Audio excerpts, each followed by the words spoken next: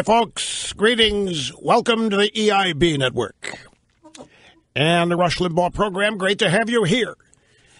As we kick off yet another week, broadcast excellence, Limbaugh Institute for Advanced Conservative Studies. Telephone number if you want to be on the program, 800-282-2882. So it was Saturday afternoon, and I was immersed in a project. I did not have the television on, and I was not connected online to anything that was providing me a news feed, and I do not have news alerts that bop into me. I've not set those up because I have weeded out all this harassment from notifications. So I get a text from a friend, says, "Our country is cursed." I said, okay. Wrote back, why?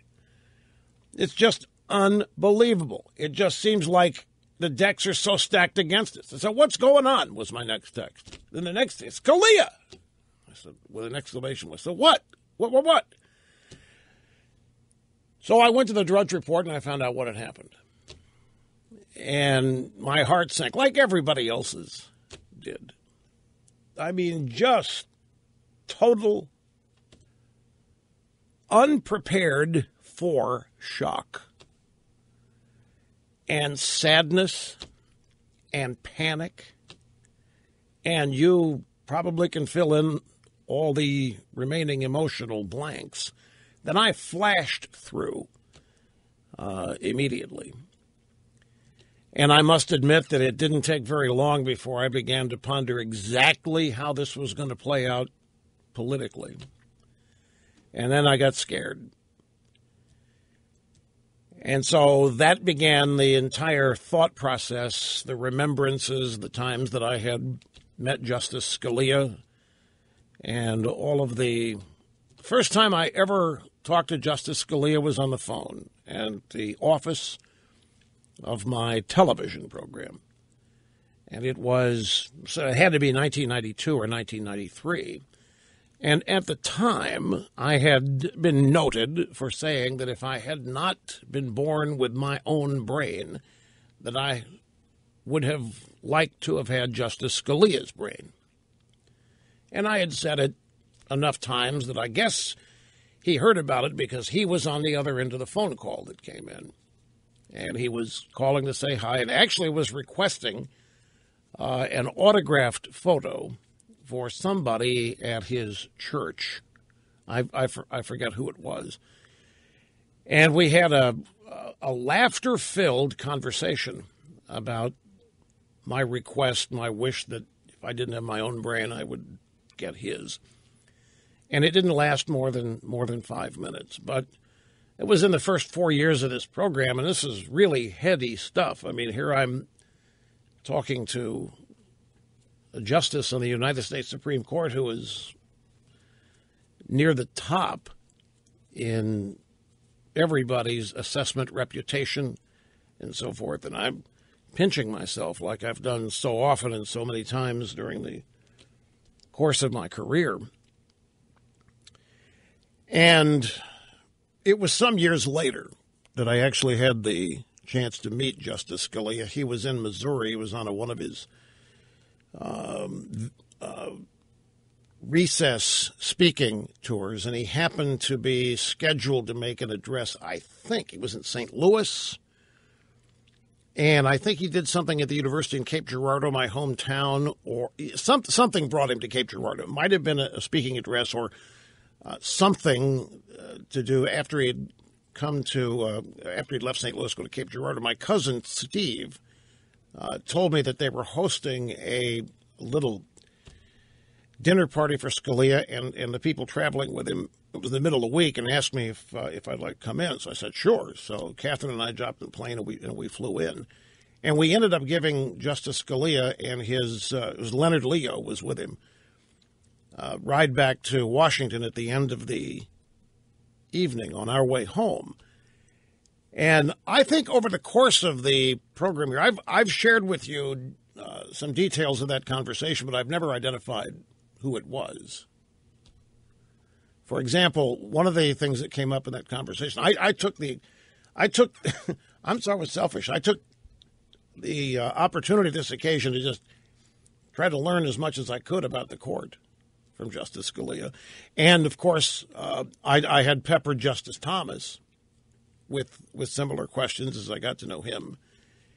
And the one thing that I recall, and I've mentioned this to you, and I've never forgotten it, and I never will, I was under, I guess, some misunderstandings, misconceptions about how the court works. I was under the belief that the justices debated cases as they came in. I knew the procedure. They agree to take a case, to hear a case, and at some point they go into the chambers and they vote.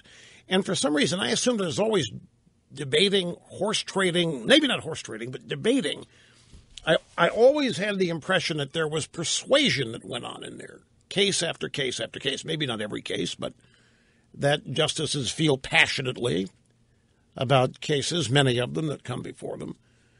And I thought maybe if the passion was such that they would actually try to persuade other justices to agree in verbal debate.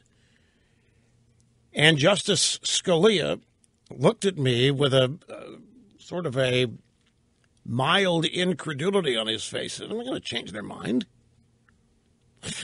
They're not going to change their mind. And he meant the liberal justices. They're not going to change their mind.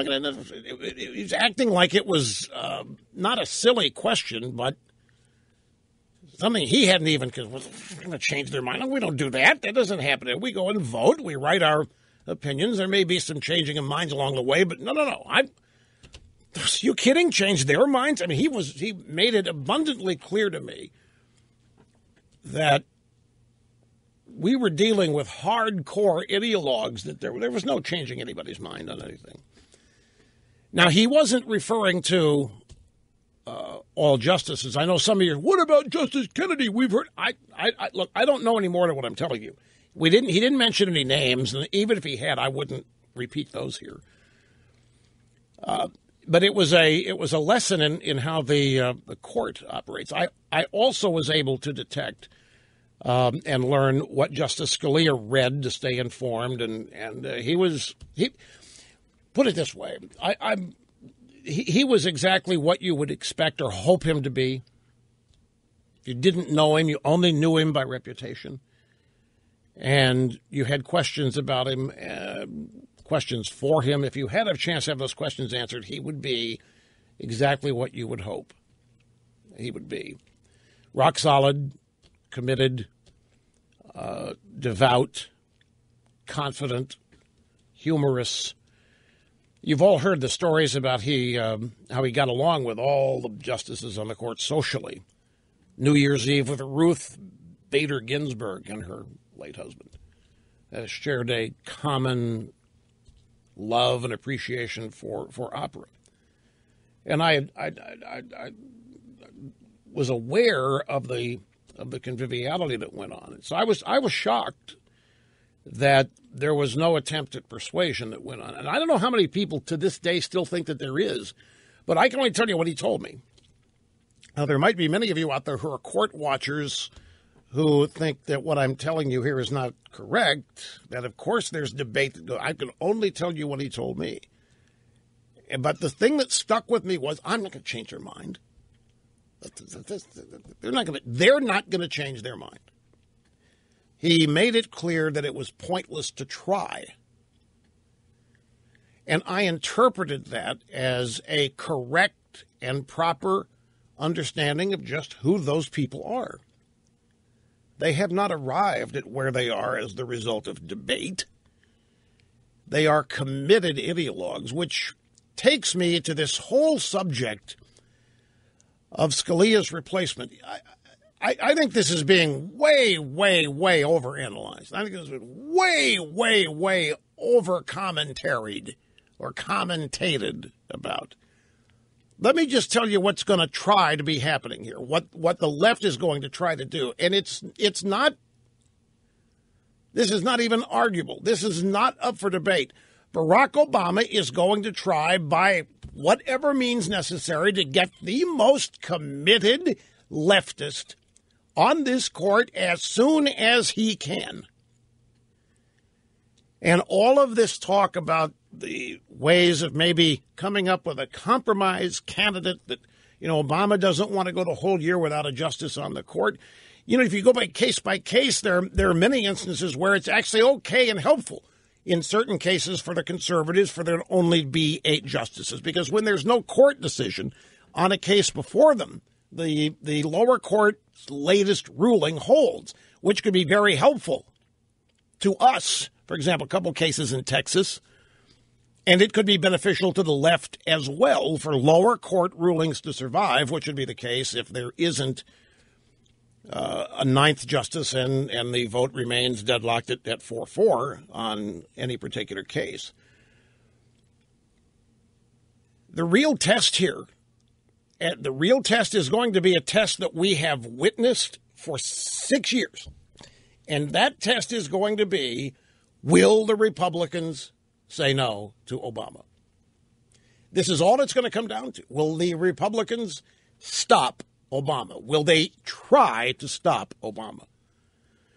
All this talk about Obama trying to find somebody that may be a little bit more moderate, maybe acceptable to the Republicans, all that means is, that doesn't mean that Obama is going to water down his choice. This is it. As far as Obama is concerned, this is ball game. This is legacy. This is a generation or two, maybe, for Obama to shift the balance of the court to his way long after he has vacated the presidency. And they don't know. It's like Justice Scalia said to me, there's no changing their mind.